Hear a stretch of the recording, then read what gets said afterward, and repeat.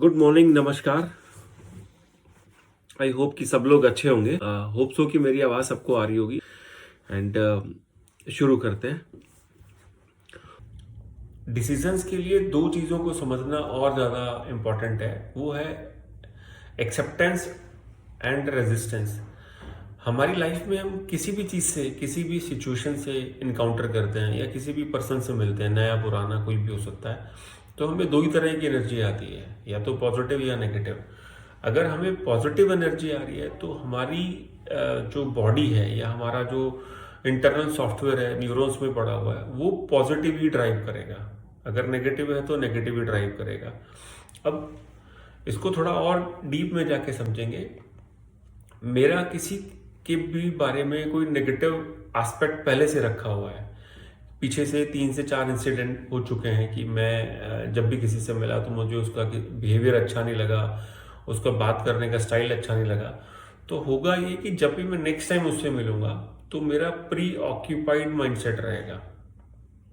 Means हो सकता है वो सामने वाला किसी भले के लिए मिल रहा हो, अच्छी इंफॉर्मेशन के साथ मिल रहा हो। होता क्या है कि हम एक बार परसेप्शन सेट कर लेते हैं तो जल्दी सी वो परसेप्शन बदलता नहीं है। आप भी अगर गहरे में जाकर देखेंगे, किसी सिचुएशन के बारे में, किसी कंपनी के बारे में, किसी टीवी प्रोग्राम के बारे में, किसी यूट्यूब चैनल के बारे में, या आप डे टू डे जिन लोगों के साथ मिलते जुलते हैं उनके बारे में आप सब ने, हम सब ने परसेप्शंस बना रखे हैं। चाहे वो अच्छा है या परसेप्शन बुरा है, लेकिन परसेप्शन है। वो परसेप्शन हम इतनी जल्दी डेवलप कर लेते हैं कि एक पॉइंट के बाद आके, मतलब एक ट्रैवलिंग टाइम है। जैसे हम मान लीजिए मैं पहली बार किसी पर्सन से मिला, किसी फंक्शन में या किसी गेट टुगेदर में मिला, और मेरा सिर्फ 5 से 10 मिनट का इंटरेक्शन था, वो भी ग्रुप के साथ था। इंटरेक्शन हाय हेलो हुआ, आप क्या करते हैं, मैं क्या करता हूँ, ये सब डिस्कशन हुआ। अगर आप अपनी मेमोरीज में, पास्ट में जाके देखेंगे तो इस छोटे से इंटरेक्शन में ही मैंने उनके बारे में, सामने वाले शख्स के बारे में एक धारणा बना ली, परसेप्शन बना लिया कि ये इस तरह का होगा, मतलब ये क्वालिटीज होंगी या ये इस तरह के ट्रेड्स होंगे। अब ये सब कुछ जो होता है हमारे ब्रेन में, जो भी इंफॉर्मेशन आज तक गई हुई है, आपकी जितनी भी एज है वहां तक जो इंफॉर्मेशन गई हुई है, उस एक्सपीरियंस या ओल्डर परसेप्शंस के बेस पे आप न्यूअर परसेप्शंस क्रिएट करते हैं। ओल्डर परसेप्शंस, जो पुरानी धारणाएं आपके दिमाग में है, उसके बेसिस पे ही आपकी नई धारणा या नए परसेप्शन बनते चले जाएंगे। और बहुत बार ऐसा होता है कि ये चीजें गलत हो जाती हैं, means up to the mark नहीं होती हैं। ओल्डर परसेप्शन के चलते हम न्यूअर परसेप्शन को क्रिएट करते चले जाते हैं। अब हम जितना भी मोटिवेशनल टॉक सुन ले, जितना भी अच्छा कर ले, जब तक हमारे न्यूरॉन्स में जो वो ओल्डर परसेप्शंस पड़े हुए हैं उसको हम डाइल्यूट नहीं करते या डिलीट नहीं करते, तब तक हम न्यू परसेप्शन को क्रिएट करने के लिए न्यूट्रल नहीं हो सकते। मींस हमारे दिमाग में जो भी भरा हुआ है, older memories, perception, data, patterns, हम उसके अकॉर्डिंगली ही new patterns, new memories, new perception बनाए चले जाते हैं। और वो एक ऐसा रट सिस्टम, ऐसी साइकिल बन जाती है जिसको हम ब्रेक ही नहीं कर पाते हैं। बहुत बार हम कहते हैं, जैसे हमारी हैबिट्स हैं, हमारी आदतें हैं, लोगों के बारे में व्यूज हैं, किसी सिचुएशन को लेके व्यूज हैं। जैसे आप कोई मूवीज भी देखते हैं, मान लीजिए कोई भी हिंदी मूवी देखी, इंग्लिश मूवी देखी, आपका परसेप्शन है, आपका पुराना एक्सपीरियंस है कि अब ये हुआ तो अब ये होगा, अब ये होगा। मीन्स 5 आउट ऑफ 10 या 6 आउट ऑफ 10 हम गेस कर लेते हैं कि अब इस मूवी की स्टोरी ऐसे ऐसे चलेगी। बहुत बार ऐसा होता है, मतलब 50% या 60% ऐसा हो भी जाता है, लेकिन 100% नहीं हो पाता है। वो तो एक आपने टीवी पे सीरियल या मूवी देखा तो आपको लगा कि ये होगा या नहीं होगा, उससे आपकी लाइफ पे आपको लगता है कि कोई फर्क नहीं पड़ा। लेकिन पैरेलली क्या हुआ, एक बार फिर से आपका परसेप्शन पुराना स्ट्रांग होता चला गया। तो जितने भी हमारे पास older patterns, memories, data stored है, जब तक हम उसको डाइल्यूट नहीं करेंगे, इसको आप कुछ इस तरह से समझे कि मान लीजिए आप एक किसी नए घर में शिफ्ट होने वाले हैं। पुराना है घर, वो मतलब 20 साल पुरानी कंस्ट्रक्शन है और वो 6 महीने से, साल भर से बंद पड़ा हुआ घर है। ठीक है, आपको उस घर में शिफ्ट होना है, आप नए शहर में गए हैं और आपको उसी घर में शिफ्ट होना है ड्यू टू सम रीजन। तो हमारा प्रोसेस क्या होगा, सबसे पहले हम उस घर की डीप क्लिनजिंग कराएंगे। डीप क्लिनजिंग का मतलब है जो भी वहां पर है, मतलब एक साल से अगर घर बंद पड़ा तो जाले भी लगे होंगे, गर्दा भी होगा, मिट्टी भी होगी, उसकी जो फर्नीचर है नॉन फंक्शनल भी हो गया होगा, सब कुछ होगा।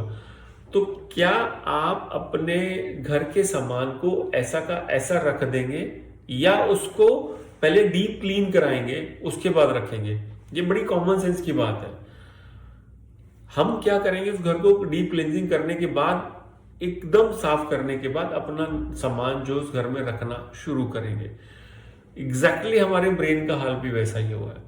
जो भी पैटर्न्स पड़े हुए हैं, जो भी मेमोरीज हैं हमारे पास, जो भी इंफॉर्मेशन स्टोर्ड है, परसेप्शंस है हमारे पास, वो सारे के सारे अच्छे नहीं है। मींस उन्हीं की वजह से हम न्यूअर परसेप्शंस को जाने अनजाने में डेली बेसिस पे क्रिएट करते चले जाते हैं। इसलिए जितनी भी हमने पीछे कुछ एक्सरसाइज करी, वो ऋषिकेश वाली या क्लिनजिंग वाली कुछ और एक्सरसाइज करी, उसका पर्पस यही है कि आपके अंदर जो भी चीजें पुरानी स्टोर्ड हैं, जो पुराने ओल्डर परसेप्शन स्टोर्ड हैं, जो आपके मतलब के नहीं है, आप उनको क्लीन करें। अगर आप उसको क्लीन नहीं कर पाएंगे तो आप कितना मर्जी अच्छा पॉजिटिव मोटिवेशनल स्टोर करते चले जाएं, लेकिन पुराने परसेप्शंस का अपने ऊपर असर रहेगा। एक और बड़ी चीज है, जैसे जैसे आपकी एज बढ़ती है, आपके पास पुराने धारणाओं का, विचारों का, थॉट्स का, परसेप्शन का एक स्टॉक खड़ा होना शुरू हो जाता है। वो स्टॉक इतना स्ट्रांग हो जाता है कि उसके बाद आप कुछ भी अच्छा भी डालते हैं ना, तो वो उसको क्या बोलते हैं कि ओवरकम कर लेता है। आपका जितना भी पॉजिटिव डाला उसको खा जाएगा वो, और अपनी धारणा को ऊपर रखना शुरू कर देगा। So it is very much important कि आप अपनी क्लिनजिंग डेली बेसिस पे थोड़ी देर के लिए जरूर करें। नहीं कर पा रहे हैं डेली बेसिस पे तो एटलीस्ट वीकली बेसिस पे आप क्लिनजिंग जरूर करें।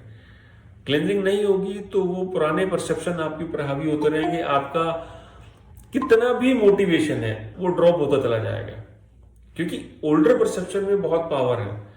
So very first important thing is कि हमें क्लिनजिंग करनी ही करनी है। अगर क्लिनजिंग नहीं होगी तो आप डालते रहेंगे, डालते रहेंगे, डालते रहेंगे, एक पॉइंट के बाद आके आप थक जाएंगे, हार जाएंगे, और ऐसा लगेगा कि नहीं, ये it will not work types.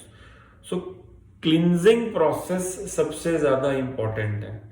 अब क्लिनजिंग का एक और एस्पेक्ट हम समझेंगे, जितना भी हमारे पास पुराना डेटा रखा हुआ है, पुरानी इंफॉर्मेशन है, पुराने परसेप्शंस है, उसकी वजह से हमारा इमोशनल फैक्टर पुअर होता चला जाता है, हमारी सेंसेस पुअर होती चली जाती है, हमारी सेंसिटिविटी कम हो जाती है, खत्म तो नहीं होती है, कम होती चली जाती है।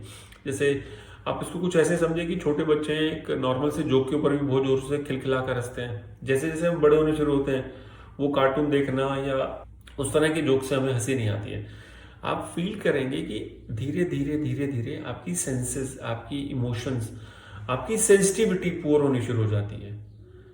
कोई बहुत ज्यादा अच्छा प्रोग्राम देखेंगे तो ही आप हंसेंगे, मतलब नॉर्मली आप हंसना या सेंसिटिव होना भूल जाते हैं।